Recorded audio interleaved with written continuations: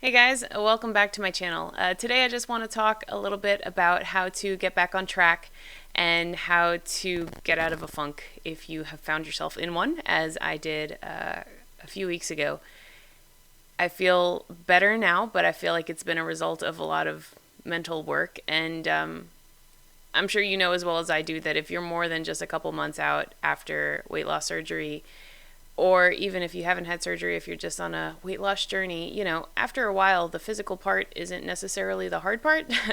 I think often the mental part is what can kind of ruin things or make them feel great. So, anyway, after the holidays, I had two vacations kind of back to back, and it was hard coming back to normalcy and real life. And I was just so exhausted mentally. I felt like I just couldn't do this. Like it was so much effort to live this healthy life. I felt like I was really quickly reverting back to my old mindset of like, who cares? And that is definitely what got me in the bad place I was in when I was 100 pounds overweight. So, I felt tired and not capable, not strong, which in turn made me feel weak and embarrassed. It was just a kind of a bad downward spiral, and I felt like I had to get out of it. It was miserable, right? And so I just kind of thought about a couple of basics, because sometimes we get so wrapped up in the nuances and the granularity of macros and hours fasted and this and that and sugar count, like I think sometimes we forget to zoom out and take care of the basic things first. So, three major things that I have committed to focusing on for at least a few weeks before I kind of reassess how I feel. One has been to get enough sleep. I am kind of blessed in the fact that when I lay down, I am able to go to sleep right away. This kind of tricks me into thinking that I get good sleep every night, and that's not always true. If you're only getting 4 or 5, 6 hours of sleep, that's not enough. So I have committed to getting at least 7, hopefully 8 hours of sleep every night, and also showering. This might sound kind of gross, but for a while I was just feeling really down, I wasn't showering every day. And if you it sounds silly, but if you shower every day, you feel clean and refreshed and good, and it gives you time to think. And there's just something really kind of mentally refreshing about showering. So, reminding myself to get enough sleep and showering and those kind of basic levels of self care and allowing myself to rest. Sometimes we feel like we have so much to do and we have to be multitasking all the time that it seems like maybe you're being wasteful with your time, but just reminding myself that resting is not a waste of time. Resting is a good way to maximize my energy. So allowing myself to rest has been key. Two, exercise. And I don't necessarily mean like going hard in the gym 100% of the time. Oh my God. Like that sometimes sounds overwhelming. So just moving, walking more. And I think the trick to getting back on track in the gym or in a physical routine is to do something that you enjoy, right? So I've been doing this triathlon training, which has started with a half marathon training plan. And I've told you before that I absolutely hate running. And so when I had taken a couple of weeks off, I did not want to go back to running at all. And so I didn't go back to the gym. I think if running were the only kind of exercise I had ever tried, I would think I hated exercise. I know that I don't. I know there are lots of other exercises I enjoy. I personally enjoy to the max group exercise classes, step class, body pump class, anything that's in a group setting. I really like spinning. But because I had in my mind that I had to do this like running training plan, I just hadn't gone back to the gym. So in my first week of like deciding to turn things around for myself, I decided to go back to my normal group exercise because I love that and it's so much fun. And then once I got into the swing of things, I got back to my running training plan. So my advice there is to do something that you enjoy in the gym, because otherwise you'll never go.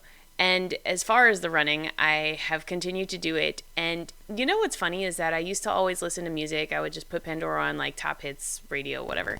But that got really boring. I think the thing I don't like about running is that I get so bored so quickly. So I've started listening to podcasts, and you might all think like, duh, that's a no-brainer. But I thought you needed music to run. Turns out if you're just listening to a podcast or an audiobook that you enjoy, it's not boring at all. So that has been a new learning for me.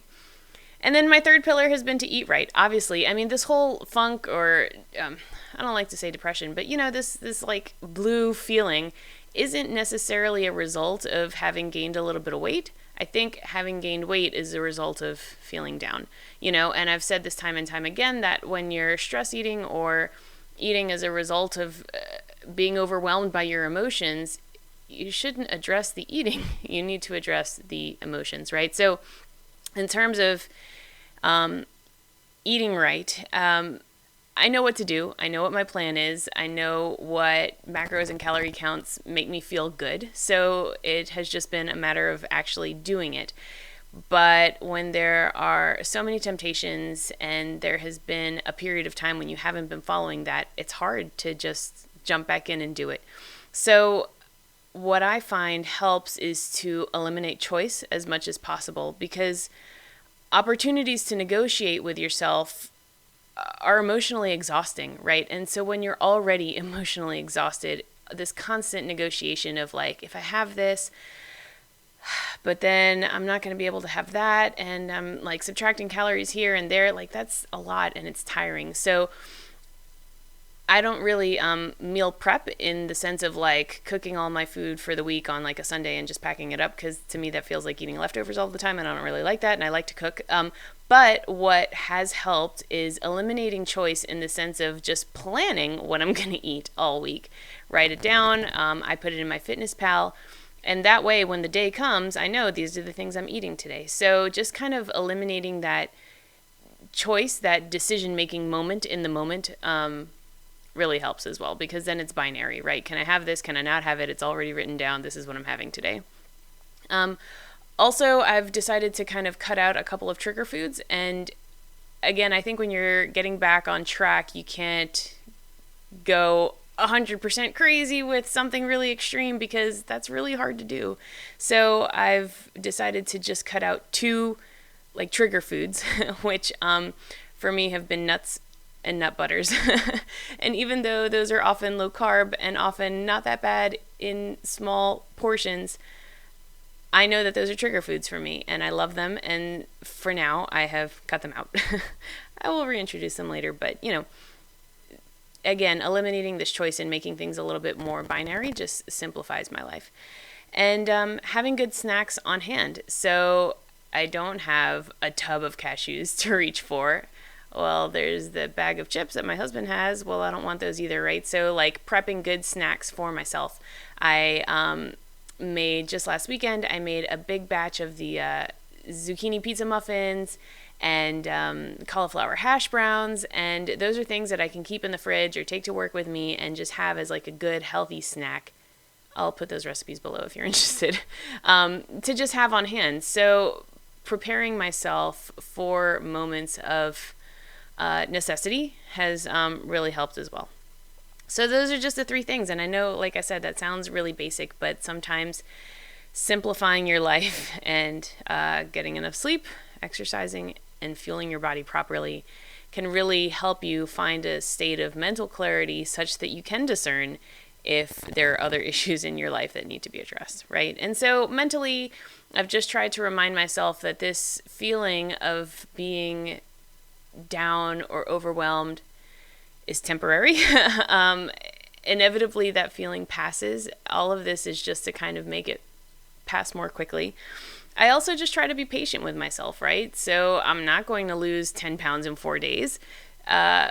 So just being consistent, and I've posted about this, I think, a lot on my Instagram recently, but trusting the process and just doing what you know is right, and eventually you'll see results. And that might take 2 weeks, 3 weeks, 4 weeks, a month, 2 months, you know, but eventually if you keep doing what's right, the results will show that. So just trying to be patient and focusing on gratitude. Again, I know this sounds so cliche, but verbally saying aloud, I've lost 100 pounds.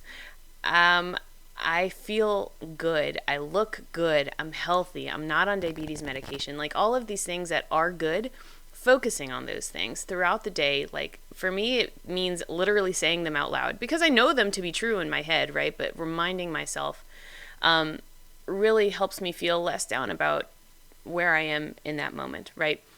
And so sometimes I think that part of what causes hesitation or what makes it hard for us to get back on track or do what we know is right is an underlying seedling of like skepticism. I think on some level we don't believe that we're actually going to be successful at this long term.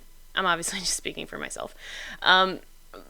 Sometimes I think maybe I'm skeptical of my own results. I think it's all just temporary and it's bound to fail eventually. So it's probably just failing now. Here it is. Now it's happening, and bringing that to the forefront of my mind, just recognizing that this is a level of skepticism that should not exist and banishing it from my thoughts has also helped, right? That is a false thought that has been implanted in my head that I am actively choosing to remove.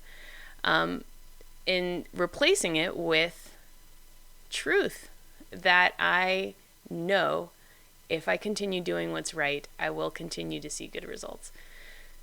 That is a truth that sometimes I think in our heart of hearts we don't actually believe. So repeating that to ourselves, repeating that to myself, and reminding myself of that constantly, and surrounding myself with people such as yourselves who are always so positive and encouraging and absolutely killing it.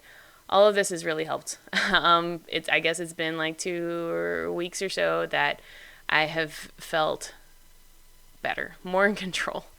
And so maybe it's the winter, maybe it's my period, maybe it's the harsh adjustment of like vacation and then back to real life. It could be a lot of things that made me feel that way, but I can do some things to make myself feel better. And so I'm trying to maximize those things right now and feel more in control, feel more empowered, and I'm there. And so I hope that if you're feeling down, maybe this will be helpful to you too. Okay, talk to you later. Bye.